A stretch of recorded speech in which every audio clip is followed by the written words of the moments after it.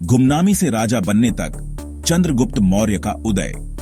यह कहानी है एक ऐसे व्यक्ति की जिसने अपने जीवन की शुरुआत एक साधारण और अनिश्चित स्थिति में की, लेकिन अपनी दृढ़ता और बुद्धिमत्ता से इतिहास के पन्नों में अमर हो गया।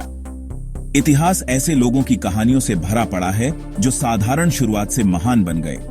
चंद्रगुप्त मौर्य की कहानी भी ऐसी ही है, जो हमें सिखाती है कि कैसे कठिनाइयों का सामना करते हुए भी महानता प्राप्त की जा सकती है। चंद्रगुप्त मौर्य का एक अनाथ बच्चे से विशाल मौर्य साम्राज्य के संस्थापक बनने का सफर भी एक ऐसी ही कहानी है। यह सफर न केवल रोमांचक है, बल्कि प्रेरणादायक भी है, जो हमें बताता है कि कैसे एक व्यक्ति अपने सपनों को साकार कर सकता है। उनका जीवन महत्वाकांक्षा, रणनीति और एक बुद्धिमान गुरु के मार्गदर्शन की ताकत का प्रमाण है। चाणक्य के साथ उनकी मुलाकात ने उनके जीवन को एक नई दिशा दी और उन्हें महानता की ओर अग्रसर किया। अनिश्चित परिस्थितियों में जन्मे, शायद कम उम्र में ही अनाथ हो गए, चंद्रगुप्त का शुरुआती जीवन रहस्य में डूबा हुआ है। उनके प्रारंभिक जीवन के बारे में बहुत कम जानकारी है, लेकिन यह स्पष्ट है कि उन्होंने अपने जीवन की शुरुआत कठिनाइयों से की। कुछ लोग कहते हैं कि उनका पालन पोषण मोर पालने वाले परिवार ने किया था, और मौर्य शब्द भी इसी ओर इशारा करता है। यह तथ्य उनके जीवन की अनिश्चितताओं और संघर्षों को और भी गहरा बनाता है। उनकी शुरुआत चाहे कैसी भी रही हो, लेकिन नियति ने युवा चंद्रगुप्त के लिए बड़ी योजनाएं बनाई थीं। उनके भीतर एक अद्वितीय क्षमता और नेतृत्व की भावना थी, जो उन्हें महानता की ओर ले जाने वाली थी। उनके जीवन ने एक नाटकीय मोड़ लिया जब उनकी मुलाकात एक प्रतिभाशाली रणनीतिकार और दूरदर्शी चाणक्य से हुई। यह मुलाकात उनके जीवन का सबसे महत्वपूर्ण क्षण साबित हुई। कौटिल्य या विष्णुगुप्त के नाम से भी जाने जाने वाले चाणक्य ने युवा चंद्रगुप्त में नेतृत्व की चिंगारी को पहचाना। उन्होंने चंद्रगुप्त को न केवल एक महान योद्धा, बल्कि एक कुशल शासक बनने के लिए प्रशिक्षित किया। उन्होंने उसमें प्राचीन भारत के एक राज्य मगध पर राज करने वाले भ्रष्ट और अत्याचारी नंद वंश को उखाड़ फेंकने की क्षमता देखी। चाणक्य ने चंद्रगुप्त को इस महान कार्य के लिए तैयार किया और उन्हें मार्गदर्शन दिया। इस मुलाकात ने न केवल चंद्रगुप्त के जीवन को बदला, बल्कि पूरे भारत की नियति को भी आकार दिया। यह एक ऐसा क्षण था जिसने इतिहास की धारा को बदल दिया और एक नए युग की शुरुआत की। चाणक्य के मार्गदर्शन में चंद्रगुप्त ने युद्ध, राजनीति और शासन की बारीकियां सीखी। उन्होंने अपने गुरु से सीखे गए ज्ञान का उपयोग करके अपने साम्राज्य का विस्तार किया और उसे मजबूत बनाया। ये तो बस शुरुआत थी। चंद्रगुप्त का सफर अभी पूरा नहीं हुआ था।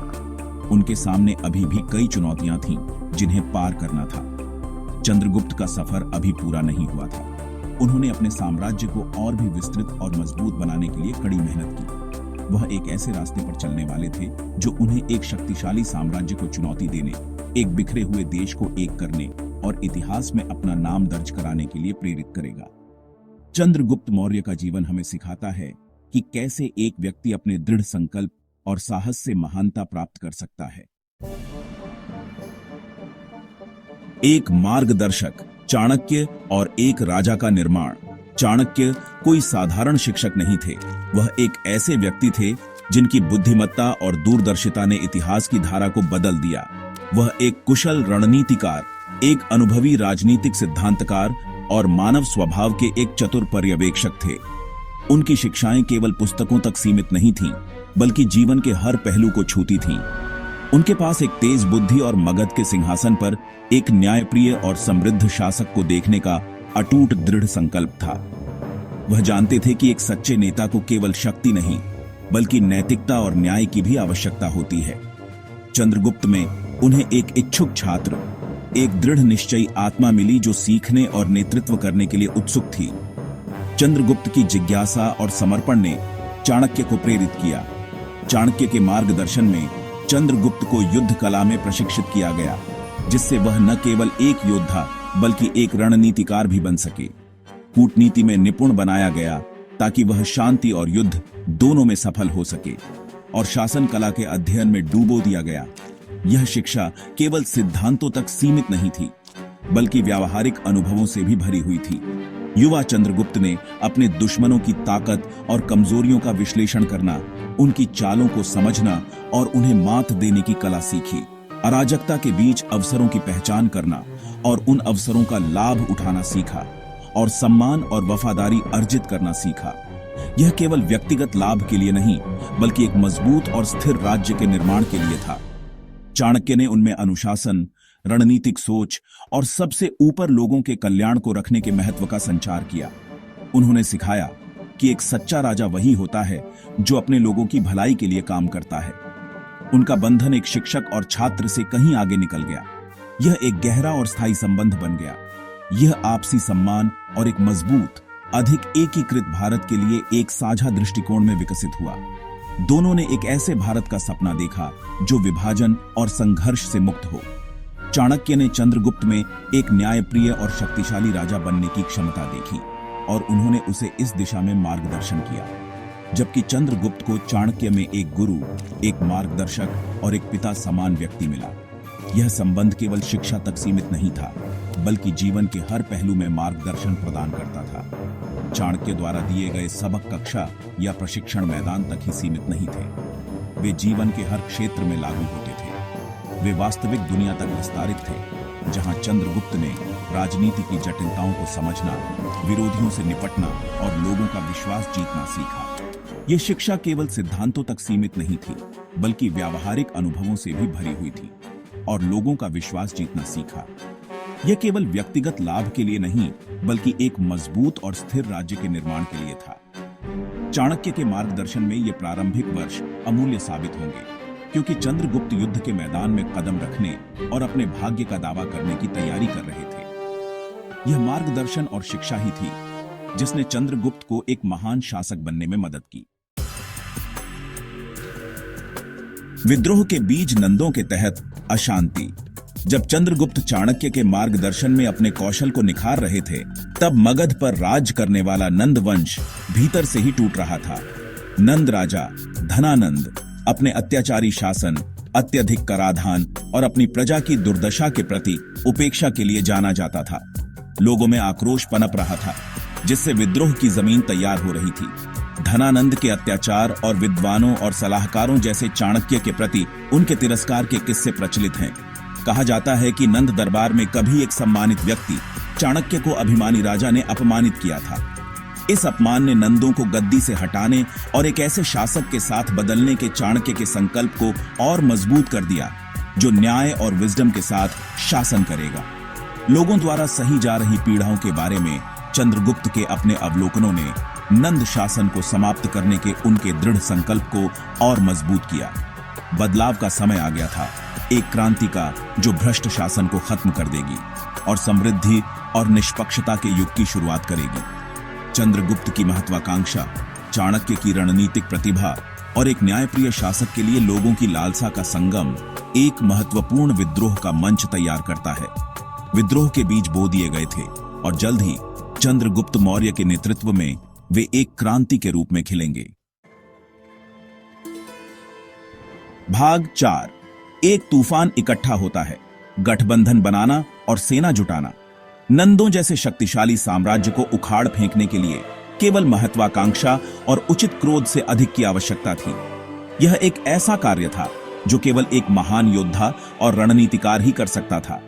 इसके लिए सावधानी पूर्वक योजना, रणनीतिक गठबंधन और एक दुर्जय सेना की आवश्यकता थी। हर कदम को सोच समझकर उठाना था, हर निर्णय को गहराई से विचार करना था। चाणक्य के मार्गदर्शन में चंद्रगुप्त ने समर्थन जुटाने के लिए एक अभियान शुरू किया, जो न केवल सैन्य था बल्कि राजनीतिक भी था। असंतुष्ट राजाओं और सरदारों के साथ गठबंधन किया, जो नंद शासन के अधीन थे। ये गठबंधन केवल शक्ति के लिए नहीं थे, बल्कि एक साझा उद्देश्य के लिए थे। उन्होंने उनके न्याय की भावना को अपील की और नंदों के अत्याचार पर प्रकाश डाला। ये एक ऐसा समय था जब लोग न्याय और स्वतंत्रता के लिए तरस रहे थे। उन्होंने उनके न्याय की भावना को अपील की, नंदों के अत्याचार पर प्रकाश डाला और चंद्रगुप्त के तहत अधिक न्याय संगत शासन का वादा किया। यह वादा केवल शब्दों का नहीं था, बल्कि एक नए युग की शुरुआत का संकेत था। नंदों के अत्याचार पर प्रकाश डाला और चंद्रगुप्त के तहत अधिक न्याय संगत शासन का वादा किया। यह वादा केवल शब्दों का नहीं था, बल्कि एक नए युग की शुरुआत का संकेत था। और चंद्रगुप्त के तहत अधिक न्याय संगत शासन का वादा किया। यह वादा केवल शब्दों का नहीं था, बल्कि एक नए युग की शुरुआत का संकेत था। चाणक्य ने शासन कला और कूटनीति की अपनी गहरी समझ के साथ इन गठबंधनों को हासिल करने में महत्वपूर्ण भूमिका निभाई, यह मान्यता देते हुए कि जीत के लिए एकजुट मोर्चा आवश्यक था। उनकी रणनीति ने चंद्रगुप्त को एक मजबूत आधार प्रदान किया। इन गठबंधनों को हासिल करने में महत्वपूर्ण भूमिका निभाई, यह मान्यता देते हुए कि जीत के लिए एकजुट मोर्चा आवश्यक था।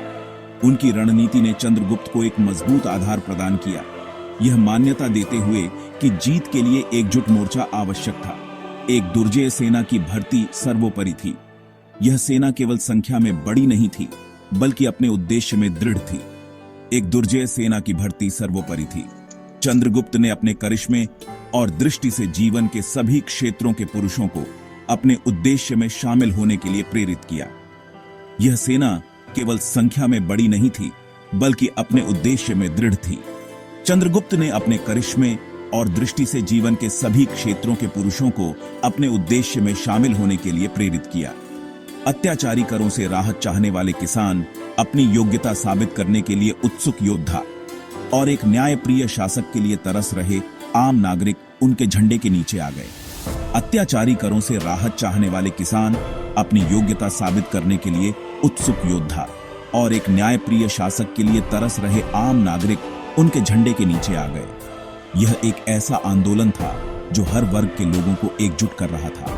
अपनी योग्यता साबित करने के लिए उत्सुक योद्धा और एक न्यायप्रिय शासक के लिए तरस रहे आम नागरिक उनके झंडे के नीचे आ गए। यह एक ऐसा आंदोलन था जो हर वर्ग के लोगों को एकजुट कर रहा था और एक न्यायप्रिय शासक के लिए तरस रहे आम नागरिक उनके झंडे के नीचे आ गए। युद्ध कला में प्रशिक्षित और एक समान लक्ष्य से एकजुट सेना एक ऐसी ताकत बन गई जिसके साथ विचार किया जाना था। युद्ध कला में प्रशिक्षित और एक समान लक्ष्य से एकजुट सेना एक ऐसी ताकत बन गई जिसके साथ विचार किया जाना था। यह सेना केवल लड़ने के लिए नहीं थी, बल्कि एक नए युग की शुरुआत के लिए थी। एक ऐसी ताकत बन गई जिसके साथ विचार किया जाना था। वे न केवल एक नए राजा के लिए, बल्कि मगध में एक नए युग के लिए लड़ने के लिए तैयार थे, जो उत्पीड़न से मुक्त हो और समृद्धि और न्याय के वादे से भरा हो। वे न केवल एक नए राजा के लिए, बल्कि मगध में एक नए युग के लिए लड़ने के लिए तैयार थे, जो उत्पीड़न से मुक्त हो और समृद्धि और न्याय के वादे से भरा हो। बल्कि मगध में एक नए युग के लिए लड़ने के लिए तैयार थे, जो उत्पीड़न से मुक्त हो और समृद्धि और न्याय के वादे से भरा हो।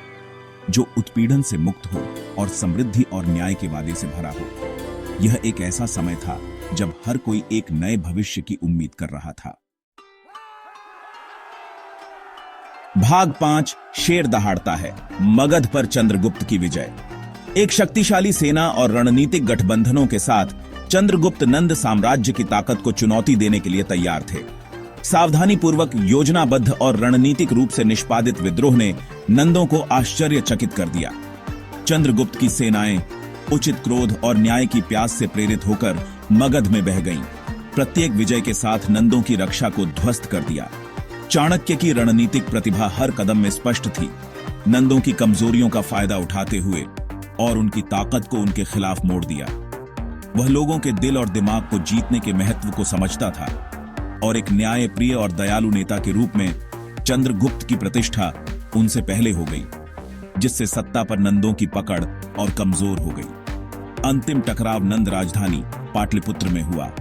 यह एक भयंकर युद्ध था, लेकिन चंद्रगुप्त की सेनाएं उनके प्रेरक नेतृत्व में अटूट साहस और दृढ़ संकल्प के साथ लड़ी। नंद सेना हतोत्साहित और नेतृत्वहीन हमले के तहत टूट गई। नंद राजाओं में से अंतिम धनानंद हार गया और मारा गया, जिसने वंश के शासनकाल के अंत को चिह्नित किया। 24 साल की उम्र में चंद्रगुप्त मौर्य, वह युवक जो गुमनामी से उठा था, मगध के सिंहासन पर चढ़ा। उसकी जीत केवल एक सैन्य जीत नहीं थी, ये महत्वाकांक्षा, रणनीति और एक दूरदर्शी नेता और उसके प्रतिभाशाली गुरु के बीच अटूट बंधन की शक्ति का प्रमाण थी।